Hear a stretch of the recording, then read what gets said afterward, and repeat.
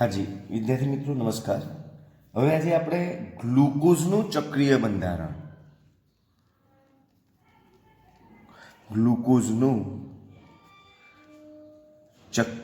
બંધારણ વિશેની વાત કરીશું. આપણે લાસ્ટ ટાઈમ ગ્લુકોઝના સરળ શૃંખલા બંધારણની ચર્ચા કરી હતી. ત્યારબાદ ગ્લુકોઝના અવકાશીય બંધારણની વાત કરી હતી અને અત્યારે આપણે જે ચર્ચા કરવા જઈ રહ્યા છીએ એ ગ્લુકોઝનું ચક્રીય બંધારણ. હવે અહીંયા એમ કહેવા માંગે છે કે ગ્લુકોઝ છે એ ગ્લુકોઝની રાસાયણિક વર્તણૂક, એટલે કે આપણે અહીંયા જે વાત કરી હતી કે ગ્લુકોઝની અંદર CHO સમૂહ હોવા છતાં, આલ્ડીહાઇડ સમૂહ હોવા છતાં સ્કિફના પ્રક્રિયકની પ્રક્રિયા આપતું નથી. 1. નંબર 2, ગ્લુકોઝમાં આલ્ડીહાઇડ સમૂહ હોવા છતાં સોડિયમ હાઇડ્રોજન સલ્ફેટ NaHSO3 સાથે યોગશીલ પ્રક્રિયા આપતું નથી. 2.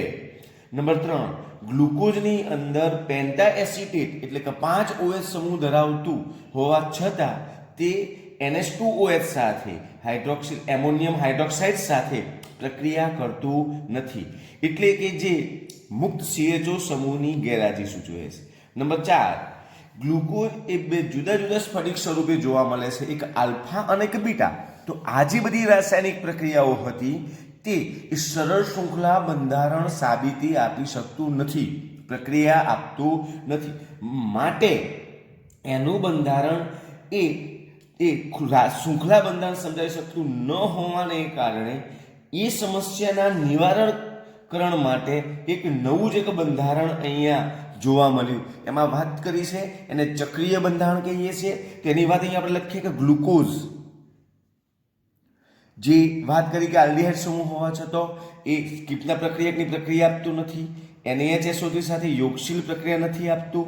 ત્યારબાદ આપણે વાત કરી કે NH2OH સાથે 5 OH સમૂહ હોવા છતાં એની સાથે પણ પ્રક્રિયા કરતું નથી, એટલે કે CHO સમૂહ મુક્ત સમૂહની ગેરહાજરી સૂચવે છે. તો આ બધી ગ્લુકોઝ એ રાસાયણિક પ્રક્રિયાઓની વર્તણૂક કહેવાય. ગ્લુકોઝ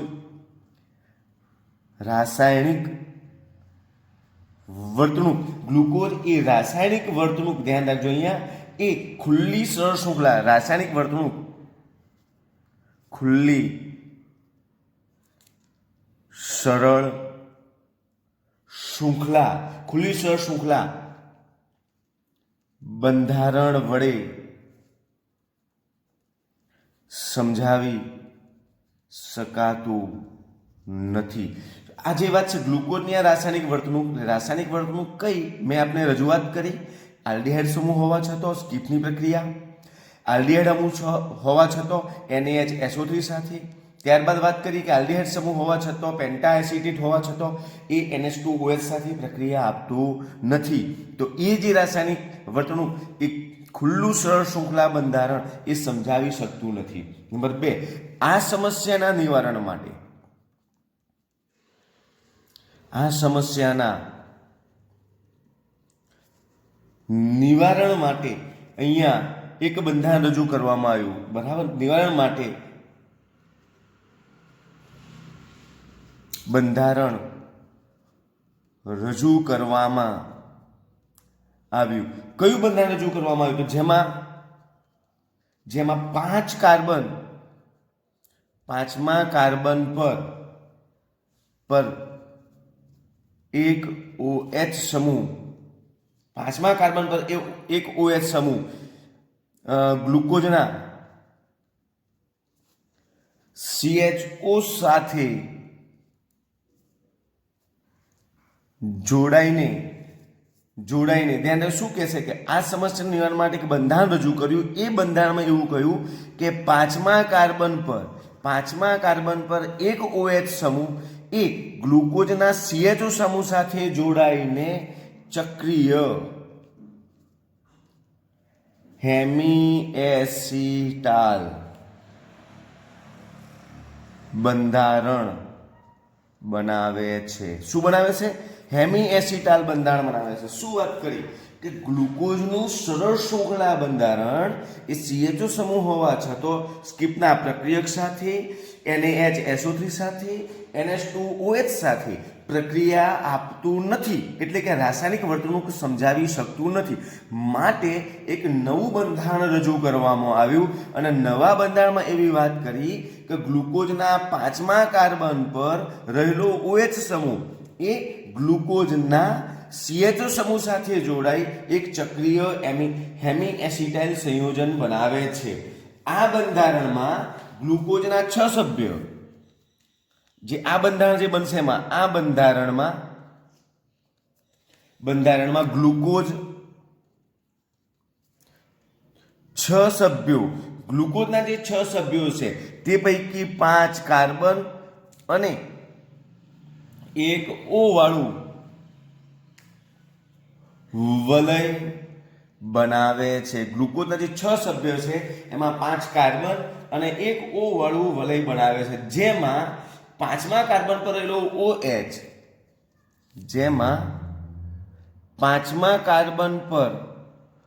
રહેલો OH તે વલય બનાવવા માટે વપરાય છે. વલય બનાવવા માટે કોણ વપરાય છે? તો વલય બનાવવા માટે એ 5મા કાર્બન પર રહેલો OH વપરાય છે. એટલે કે આ વલય આ જે બનાવે છે વલય બનાવવા વપરાય છે. એટલે કે આ વલયમાં CHO સમૂહ મુક્ત હોવાની ગેરહાજરી સૂચવે છે. એટલે આપણે આગળ વાત કરી હતી કે ભાઈ અંદર કે NH2OH સમૂહ સાથે પ્રક્રિયા નથી કરતું, માટે CHO સમૂહની શું સૂચવે છે? ગેરહાજરી. તો CHO સમૂહની ગેરહાજરી સૂચવવા માટે અહીંયા ચક્રીય બંધારણમાં આપણે વાત કરી કે ગ્લુકોઝના 6 સભ્ય પૈકી 5 કાર્બન અને એક O વાળું વલય બનાવે છે. કેવી રીતે બનાવે છે? તો 5મા કાર્બન પર રહેલો OH સમૂહ તે ગ્લુકોઝના CHO સમૂહ સાથે વલય બનાવવા માટે વપરાય છે, જેથી આ વલયની અંદર CHO સમૂહ મુક્ત હોવાની શું બતાવે છે? ગેરહાજરી સૂચવે છે.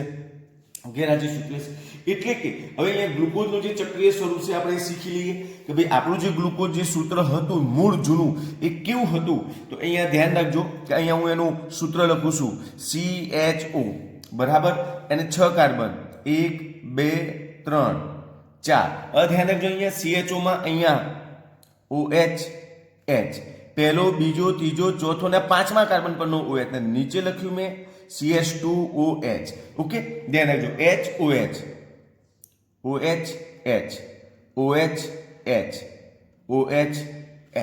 હવે અહીંયા વાત કરી આપણે કે આપણે અહીંયા આગળ સમજાયું કે 5મા કાર્બન પરનો OH એટલે 5મો કાર્બન આ પહેલો બીજો ત્રીજો ચોથો ને 5મા કાર્બન પરનો OH કોની સાથે? આ CHO સમૂહ સાથે જોડાઈને એક વલય રચના બનાવે છે. કેવી વલય રચના બનાવે છે? તો ધ્યાન રાખજો અહીંયા કે આનો OH અહીંયા જોડાય છે, આનો O અહીંયા મધ્યસ્થી બને છે. એટલે અહીંયા આપણે તમને દર્શાવી શકું છું. એક અહીંયા 2 સ્વરૂપ બતાવવાના છે, માટે હું આને અહીંયા આ બાજુ બતાવવા જઈ રહ્યો છું. ધ્યાન રાખજો અહીંયા CHOH માં અહીંયા H આ તરફ લખીએ, O ડબલ બોન્ડ આ રીતે લખીએ, CO અહીંયા H આ CHO હું આ રીતે દર્શાવું છું COH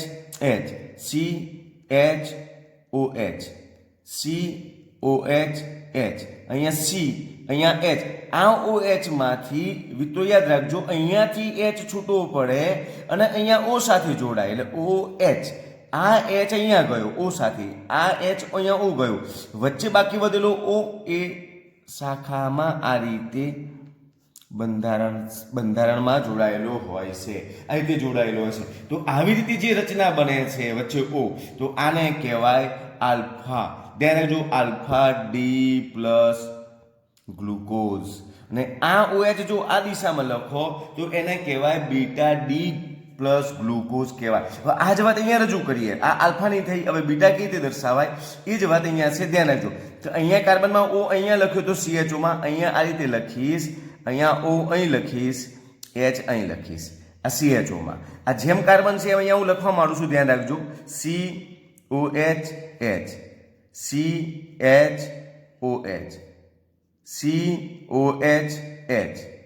ધ્યાન રાખજો. હવે અહીંયા C, અહીંયા H, આ OH પૈકી H, આ OH પૈકી H આ કાર્બન પરથી ક્યાં ગયો? અહીંયા ગયો H, આ H અહીંયા ગયો એટલે બાકી વધ્યો વચ્ચે O અહીંયા, અને નીચે આવે CH2OH. આને કહેવાય બીટા ડી પ્લસ ગ્લુકોઝ. તો આ રીતે ચક્રીય બંધારણ રજૂ કરે છે. આ ચક્રીય બંધારણમાં અહીંયા પહેલા સરળ શૃંખલા જે બંધારણ શીખ્યા આપણે 5 મુદ્દા દ્વારા, એમાં CHO મુક્ત હતો, પરંતુ અહીંયા મુક્ત હોવાની હાજરી એ આલ્ડીહાઇડ સમૂહમાં રહેલા NH2OH સાથે પેન્ટા એસિટેટ સંયોજન એ NH2OH સાથે એમાઇન હાઇડ્રોક્સાઇડ સાથે એમોનિયમ હાઇડ્રોક્સાઇડ સાથે પ્રક્રિયા આપતું નથી. એટલે એ એવું સમજાવતો હતો કે ગ્લુકોઝમાં CHO સમૂહ મુક્ત નથી. હવે એ નથી સમજાવતો માટે એ ચક્રીય બંધારણમાં એ વાત સાબિત થાય છે કે આમાં CHO સમૂહ મુક્ત નથી. આમ ગ્લુકોઝના આ બે ચક્રીય બંધારણ બરાબર C1 ઉપર હાજર, આ પહેલા નંબરના કાર્બન પર હાજર OH સમૂહ જો સાપેક્ષ વિન્યાસ દ્વારા અહીંયા એનોમેરિક કાર્બન કહેવાય, આને શું કહેવાય? એનોમેરિક કાર્બન કે એના પર OH બે દિશામાં જઈ શકે છે C1 પર, અને એનોમેરિક કાર્બન કહેવામાં આવે છે. C1 કાર્બનને કયો કાર્બન કહેવામાં આવશે? એનોમેરિક કાર્બન.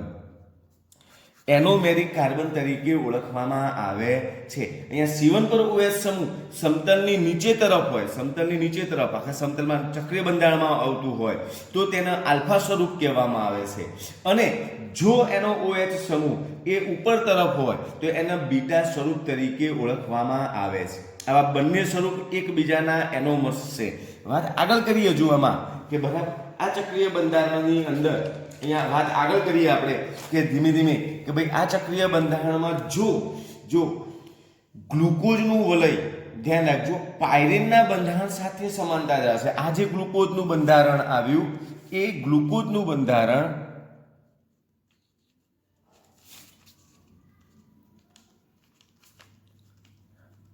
પાયરીનના બંધારણ સાથે સામ્યતા ધરાવે છે. તો પાછો પ્રશ્ન થયો કે ગ્લુકોઝનું બંધારણ પાયરીનના બંધારણ સાથે સમાનતા ધરાવે છે, સામ્યતા ધરાવે છે, એટલે આને તેથી તેને ગ્લુકોઝને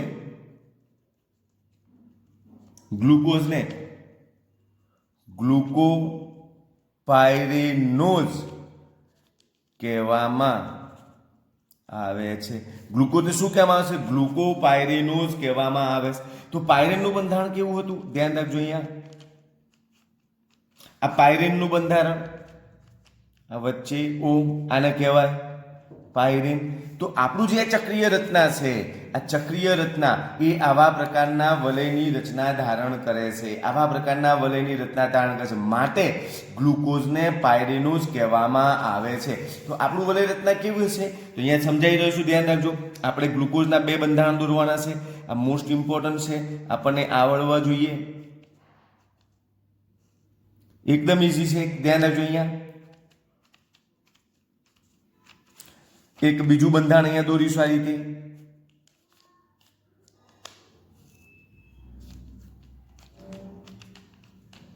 ઓકે, આપણે અહીંયા આલ્ફા ડી પ્લસ ગ્લુકોઝ ને અહીંયા beta D plus glucose, alpha plus D glucose અને બીટા ડી પ્લસ ગ્લુકોઝ બતાવવાના છીએ.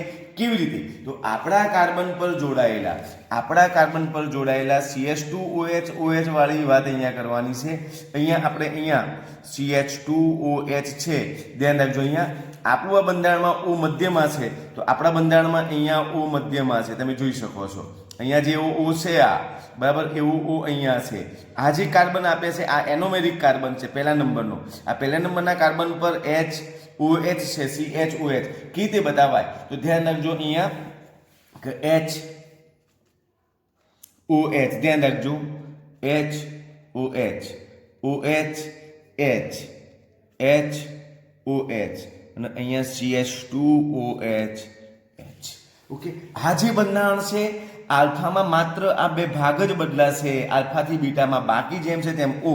અહીંયા OH નીચે છે તો અહીંયા OH ઉપર, બરાબર ઉપરની તરફ, અને H નીચેની તરફ. બાકી જેમ છે તેમ H OH OH H H OH, અહીંયા CH2OH H. આ બીટા ડી ગ્લુકોઝ. કારણ કે આપણે ચર્ચા કરી હતી કે જો OH અહીંયા આલ્ફા ડી ગ્લુકોઝમાં આપણે સ્પષ્ટતા કરી હતી કે જો OH સમતલથી નીચે તરફ હોય, સમતલથી નીચે તરફ, આ સમતલથી કઈ તરફ છે? નીચે તરફ. તો જો નીચે તરફ હોય તો એને આલ્ફા સ્વરૂપ કહેવાય. એને શું કહેવાય? આલ્ફા સ્વરૂપ.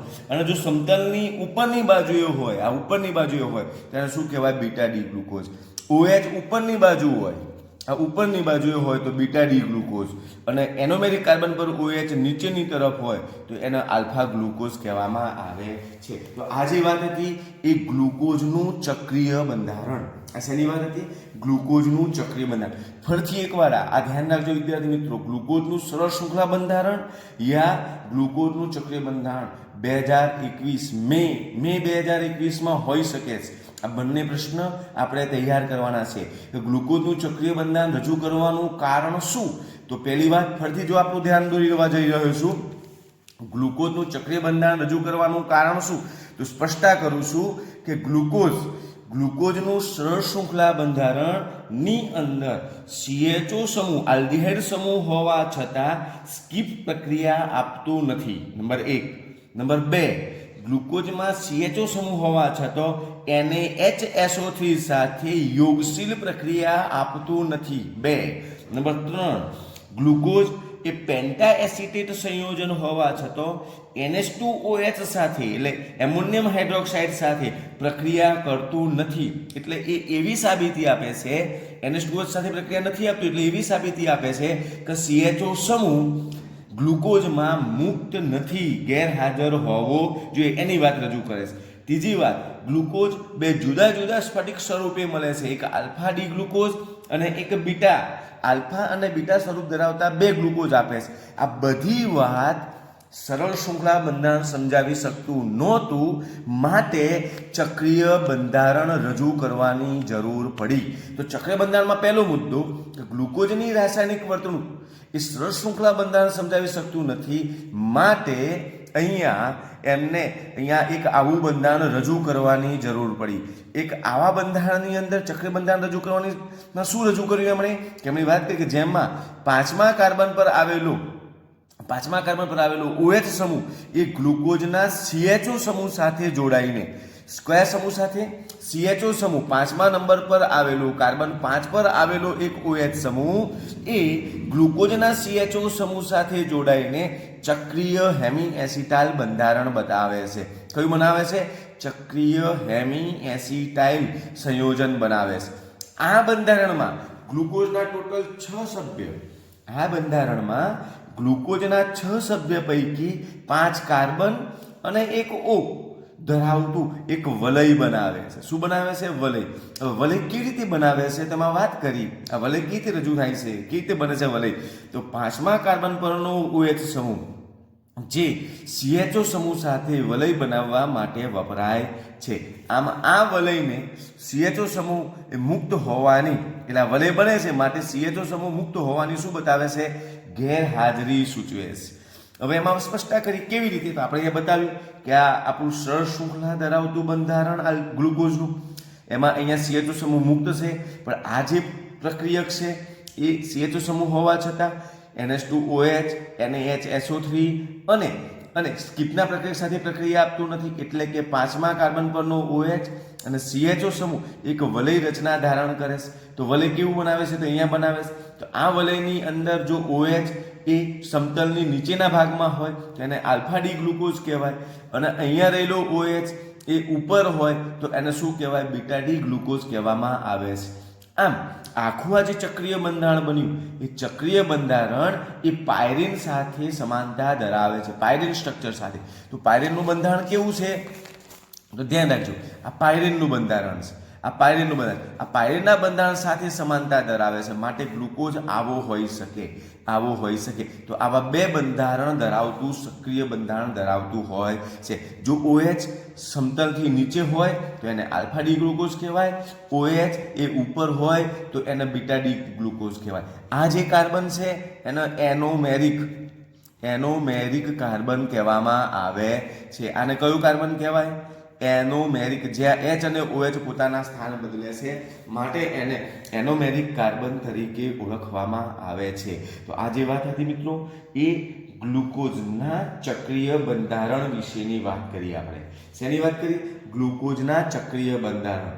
હવે આ ગ્લુકોઝના ચક્રીય બંધારણ પછી હવે આપણે જઈ રહ્યા છીએ ફ્રુક્ટોઝ તરફ જઈ રહ્યા છે. તો હવે ફ્રુક્ટોઝ વિશેની માહિતી આપણે જોવા જઈ રહ્યા છીએ, ધ્યાન રાખજો. હાજી, હવે આપણે વાત કરી રહ્યા છીએ હવે ફ્રુક્ટોઝ.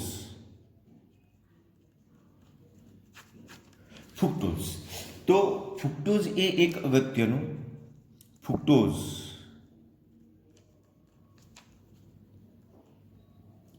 અગત્યનો કીટોહેક્ઝોઝ છે.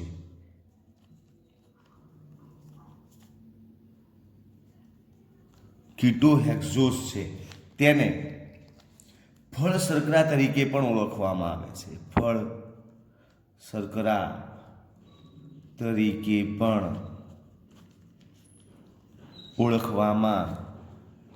આવે છે.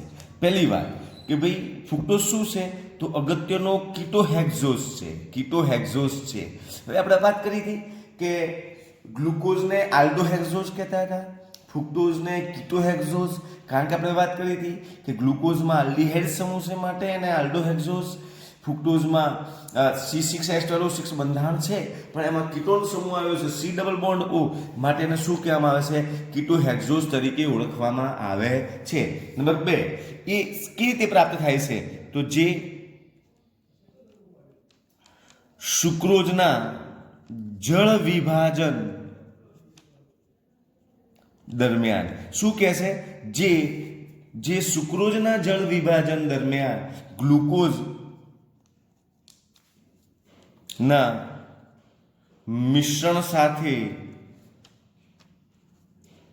મળી આવે છે. ગ્લુકોઝ છે આલ્કોહોલમાં દ્રાવ્ય છે અને ફ્રુક્ટોઝ છે એ આલ્કોહોલમાં અદ્રાવ્ય. એટલે સુક્રોઝનું જળ વિભાજન કરો ત્યારે ગ્લુકોઝ અને ફ્રુક્ટોઝ મળે.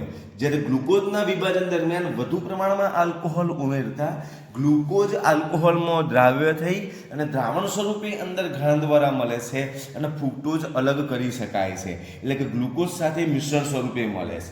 તે કુદરતી ફળો ક્યાંથી પ્રાપ્ત થાય? એ કુદરતી ફળો, ધ્યાન રાખજો, તે કુદરતી રીતે ફળો, મધ અને શાકભાજીમાંથી મળી આવે છે. કુદરતમાં તે ફળો, મધ અને શાકભાજીમાંથી મળી આવે છે. એનું શુદ્ધ સ્વરૂપ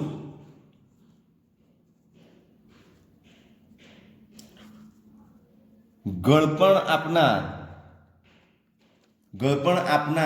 પદાર્થ તરીકે વપરાય છે. તેનું શુદ્ધ સ્વરૂપ એ ગળપણ આપનાર પદાર્થ તરીકે વપરાય છે. આજે વાત હતી મિત્રો એ ફ્રુક્ટોઝની વાત હતી કે ભાઈ ફ્રુક્ટોઝ એ અગત્યનો કીટોહેક્ઝોઝ છે. તેને ફળ શર્કરા તરીકે પણ ઓળખવામાં આવે છે. નંબર 2, તે જે સુક્રોઝના જળ વિભાજન દરમિયાન ગ્લુકોઝ સાથે મિશ્ર સ્વરૂપે મળી આવે છે. બીજી વાત કરી કે ભાઈ એને અલગ કરવા માટે શું? તો સુક્રોઝનું જળ વિભાજન કરતા મળતું ગ્લુકોઝ અને ફ્રુક્ટોઝ તેની અંદર વધુ પ્રમાણમાં આલ્કોહોલ નાખતા ગ્લુકોઝ આલ્કોહોલમાં દ્રાવ્ય થાય છે અને ફ્રુક્ટોઝ આલ્કોહોલમાં અદ્રાવ્ય સ્વરૂપે પ્રાપ્ત થાય છે. નંબર 2, વાત આગળ, તે કુદરતમાં ફળો, મધ અને શાકભાજીમાંથી વધુ પ્રમાણમાં મળે છે. ચોથી વાત કે ગ્લુકોઝ તેનું શુદ્ધ સ્વરૂપ ગળપણ આપનાર પદાર્થ તરીકે વપરાય છે. એનું શુદ્ધ સ્વરૂપ કયું?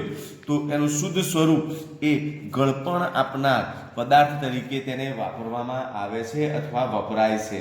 તો હવે વાત કરવા જઈ રહ્યા છીએ કે ફ્રુક્ટોઝનું અવકાશીય વિન્યાસ બંધારણ અને એના એરોમેરિક બંધારણ સ્વરૂપ. ધ્યાન રાખજો, આ નાનો એક ક્વેશ્ચન છે ફ્રુક્ટોઝનું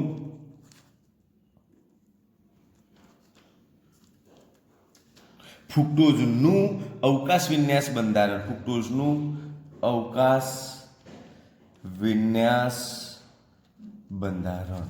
ફ્રુક્ટોઝનું અવકાશ વિન્યાસ બંધારણ અથવા એને આખું ફ્રુક્ટોઝનું બંધારણ સમજાવો એમ કે તો પણ આખો પ્રશ્ન લખવાનો છે. અહીંયા આપણે એના મુદ્દા વાઇઝ લખીએ છીએ. પહેલો મુદ્દો કે આપણે જ્યારે સુક્રોઝનું જળ વિભાજન કરીએ છીએ એટલે C12H22O11 નું પ્લસ પાણીના અણુ વડે જળ વિભાજન કરતો C6H12O6 વત્તા C6H12O6 એક ગ્લુકોઝ અને એક ફ્રુક્ટોઝ મળે. તો આપણે અહીંયા લખીએ કે ફ્રુક્ટોઝનું આણ્વીય સૂત્ર C6H12O6 છે. આ પહેલી વાત. ફ્રુક્ટોઝનું આણ્વીય સૂત્ર C6H12O6 છે. ઓકે. ત્યારબાદ તેના બંધારણમાં C2 એટલે કાર્બન 2 પર C2 પર કીટોન સમૂહ રહેલ છે. કીટોન સમૂહ આવેલો છે. C2 એટલે કાર્બન 2 પર કીટોન સમૂહ આવેલો છે. બરાબર. અને ગ્લુકોઝની જેમ આવેલો છે અને તે ગ્લુકોઝની માફક તે C6 પરમાણુની સરળ શૃંખલા ધરાવે. ગ્લુકોઝની માફક 6 કાર્બન ધરાવતી સરળ શૃંખલા ધરાવે છે. 6 કાર્બન ધરાવતી સરળ શૃંખલા ધરાવે છે. ઓકે. એટલે અહીં આપણે બતાવીએ, વિદ્યાર્થી મિત્રો ધ્યાન રાખજો કે 6 કાર્બન 1 2 3 4 5 6. હવે છઠ્ઠા કાર્બન પર આપણે અહીંયા લખીશું CH2OH. બીજી વાત કરી કે તેના બંધારણમાં C2 ઉપર કયો સમૂહ છે કીટોન, તો પહેલો અને બીજા કાર્બન પર ડબલ બોન્ડ O. આ તમે લખી શકો છો. ત્યારબાદ HOH. ધ્યાન રાખજો અહીંયા OH ધ્યાન રાખજો અહીંયા OH. ઓકે. અને પહેલા કાર્બન પર આવશે CH2OH. ઓકે. તો આ જે વાત હતી એક સરળ શૃંખલા ધરાવતું ગ્લુકોઝની માફક 6 કાર્બન ધરાવતું સરળ શૃંખલા બંધારણ ધરાવે છે. ઓકે. તો આપણે વાત કરી કે ગ્લુકોઝની માફક 6 કાર્બન ધરાવતી સરળ શૃંખલા ધરાવે છે. બીજા કાર્બન પર શું આવ્યો? આ કાર્બન નંબર શું છે? Carbon number 2. કાર્બન નંબર 2 પર કયો સમૂહ છે? કીટોન સમૂહ છે. કયો સમૂહ છે? કીટોન સમૂહ છે. તો આ રીતે વાત સરળ શૃંખલા ધરાવતું અહીંયા આપણે ફ્રુક્ટોઝનું આણ્વીય સૂત્ર C6H12O6 છે. તેનું બંધારણમાં C2 ઉપર કીટોન સમૂહ હાજર છે એટલે આપણે બીજા નંબર પરના કાર્બન પર કીટોન સમૂહ ધરાવ્યો અને તે ગ્લુકોઝની માફક 6 કાર્બન ધરાવતી સરળ શૃંખલા ધરાવે છે એટલે ગ્લુકોઝની માફક સરળ શૃંખલા ધરાવતું 6 કાર્બનની રચના આપણે અહીંયા બતાવી. અવકાશીય રીતે દ્વિશ્રેણી સાથે એ સંબંધિત છે અને વામભ્રમણીય છે. આગળ વાત કરીએ આપણે કે જે અહીંયા ધ્યાન રાખજો જે એટલે કે આ બંધારણ ફ્રુક્ટોઝનું બંધારણ અવકાશીય રીતે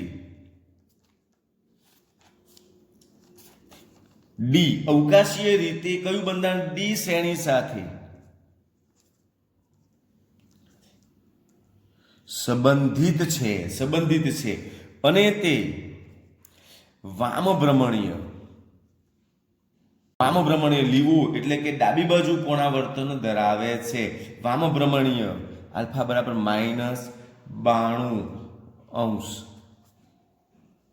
ધરાવે છે. એટલે કે એ જે અવકાશીય રીતે ડી શ્રેણી સાથે સંબંધિત છે અને એ કેવું ધરાવે છે? વામભ્રમણીય.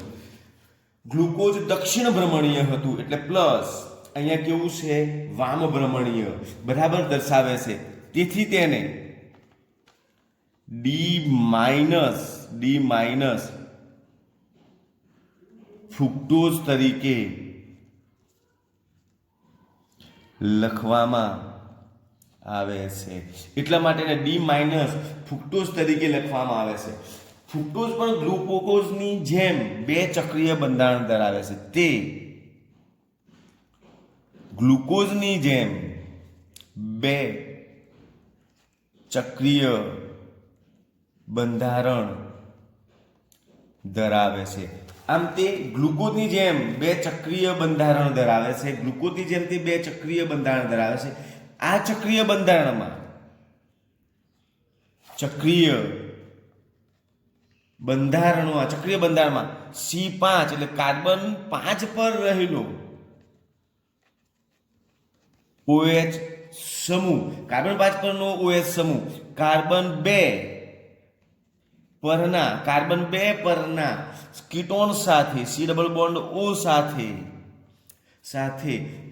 જોડાયેલો હોય છે. કોની સાથે જોડાયેલો હોય છે? તો ચક્રીય બંધારણમાં C5 પરનો OH સમૂહ C2 એટલે કાર્બન 2 પરના કીટોન સાથે જોડાયેલો હોય છે. આથી ફ્રુક્ટોઝનું વલયવાળા બંધારણમાં 5 સભ્યોનું બનેલું હોય છે. 5 સભ્યોનું બનેલું હોય છે. જેમાં 4 કાર્બન અને 1 O. 4 કાર્બન અને 1 O અહીંયા ધારણ કરે છે. 4 કાર્બન અને 1 O ધારણ કરે છે. તેનું બંધારણ, બરાબર, આપણે એનું બંધારણ દોરીએ પહેલા, બરાબર. હવે એનું બંધારણ કોના જેવું છે એની ચર્ચા પછી કરીશું. જે વલય રચનાની વાત છે, તો આપણું જે ફ્રુક્ટોઝ છે ધ્યાન રાખજો કે આવી રીતે આવે CH2OH C double bond O CH2OH પહેલો, બીજો, ત્રીજો, ચોથો અને પાંચમો. આ 5મા કાર્બન પર રહેલો OH, અહીંયા OH કીટોન સાથેના O સાથે અહીંયા જોડાયેલો હોય છે. ધ્યાન રાખજો, કીટોન સાથે જોડાયેલો હોય છે એની વાત અહીંયા કરી છે. ધ્યાન રાખજો કેવી રીતે.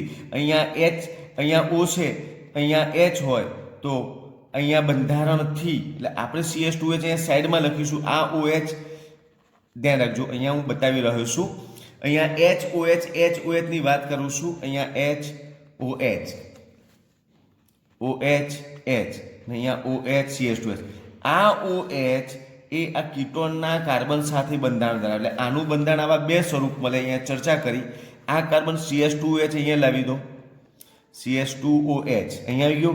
આ O સાથે, અહીંયા O સાથે H, આ O સાથે H, O CH અહીંયા આ રીતે CH2OH. ઓકે, તો અહીંયા જો OH નીચેની તરફ હોય તો આને આલ્ફા ડી માઇનસ ફ્રુક્ટોઝ કહેવાય. ને આ જ બંધારણમાં આ OH આ તરફ હોય ને CH2OH અંદરની તરફ હોય તો આવી રીતે લખાય CH2OH અહીંયા OH CHOH C અહીંયા H CH2OH અહીંયાથી O આ રીતે હોય તો આને કહેવાય બીટા ડી માઇનસ ફ્રુક્ટોઝ કહેવાય. એટલે અહીંયા રહેલો O આ તરફ હોય તો એને આલ્ફા, આ O અહીંયા આવી જાય તો બીટા CH2H નીચે આવી જશે. આમ 5 ચક્રવાળું આવું બંધારણ પ્રાપ્ત થાય છે. હવે વાત કરીએ એમાં કે આ જે 5 ચક્રવાળું વલય રચના ધારણ કરે છે એમાં 4 કાર્બન અને 1 O આવેલો છે. એ જે બંધારણ છે એ ફ્યુરાન બંધારણની માફક છે. કોની માફક છે?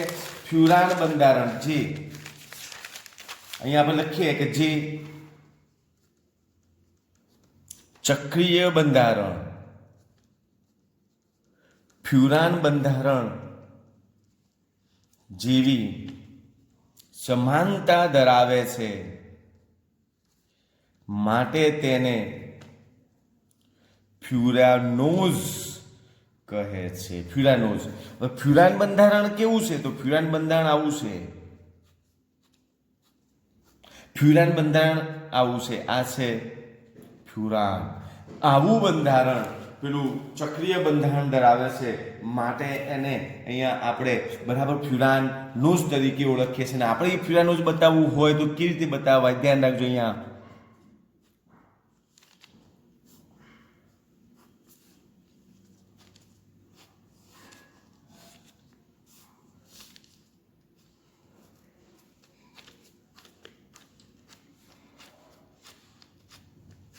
ધ્યાન રાખજો અહીંયા પહેલા આપણું CH2OH એનોમેરિક કાર્બન O સાથે જોડાયેલું, બરાબર. CH2OH નીચેની તરફ OH OH H H OH, અહીંયા CH2OH, અહીંયા H, બરાબર. તો આને કહેવાય આલ્ફા ડી માઇનસ ફ્રુક્ટોઝ. એ જ વાત અહીંયા OH ઉપર હોય અને CH2OH નીચે હોય, OH ઉપર CH2OH નીચે, અહીંયા જેમ છે OH H H OH, અહીંયા CH2OH ને અહીંયા H. તો આને કહેવાય બીટા ડી માઇનસ ફ્રુક્ટોઝ કહેવામાં આવે છે. તો આવી રીતે અહીંયા બંધારણ આપણે ફ્રુક્ટોઝના દર્શાવી શકીએ છીએ. તો આવી વાત હતી કે ફ્રુક્ટોઝ, તો આપણે ચર્ચા કરી લઈએ ફ્રુક્ટોઝની વાતમાં. ધ્યાન રાખજો અહીંયા ફ્રુક્ટોઝનું બંધારણ કે ફ્રુક્ટોઝ શું છે. તો પહેલાથી વાત કરી લઈએ. ફ્રુક્ટોઝ એ અગત્યનો કીટોહેક્સોઝ છે. તે બરાબર અહીંયા તે ફળ શર્કરા તરીકે પણ ઓળખવામાં આવે છે, જે સુક્રોઝના જળ વિભાજન દ્વારા ગ્લુકોઝ સાથે મિશ્રણમાં પ્રાપ્ત થાય છે, જે કુદરતી રીતે ફળો, મધ અને શાકભાજીમાંથી મળે છે. તેનું શુદ્ધ સ્વરૂપ એ ગળપણ આપનાર પદાર્થ તરીકે ઓળખવામાં આવે છે. આ વાત પતી ગઈ. પછી વાત આવી કે ગ્લુકોઝનું અવકાશીય વિન્યાસ બંધારણ. તો વાત કરી કે ફ્રુક્ટોઝનું આણ્વિક સૂત્ર C6H12O6 છે. તેના બંધારણમાં બીજો કાર્બન પર કીટોન સમૂહ આવ્યો છે, કાર્બન 2 ઉપર કીટોન સમૂહ છે, અને તે ગ્લુકોઝની માફક 6 કાર્બન ધરાવતી સરળ શૃંખલા ધરાવે છે.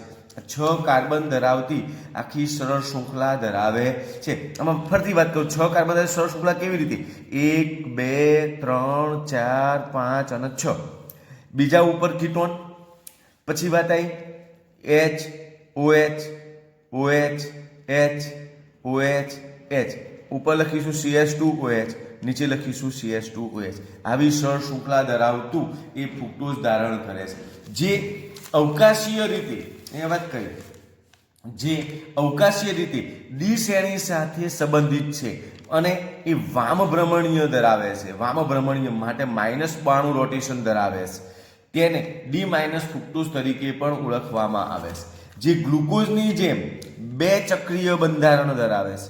આ ચક્રીય બંધારણમાં કાર્બન 5 પરનો OH સમૂહ, એટલે અહીંયા વાત કરી કે કાર્બન 5, તો આ કાર્બન 5 પરનો OH સમૂહ, કાર્બન 5 પરનો OH સમૂહ કીટોન સમૂહ સાથે એક વલય રચના ધારણ કરે છે ને વલય રચનાથી 2 બંધારણ મળે છે. એની વાત કરી કે વલય રચના ધારણ કરે છે, બરાબર. એમાં 5 બંધારણમાં ટોટલ 5 સભ્ય પૈકી 4 સભ્યો કાર્બન અને 1 સભ્ય કોણ છે? O ધારણ કરે છે. તો અહીંયા આપણે વાત કરી કે આ વલય રચના બનાવે છે 1 અને 1 2. તો આવું વલય ધરાવતી સંરચના પ્રાપ્ત કરે છે.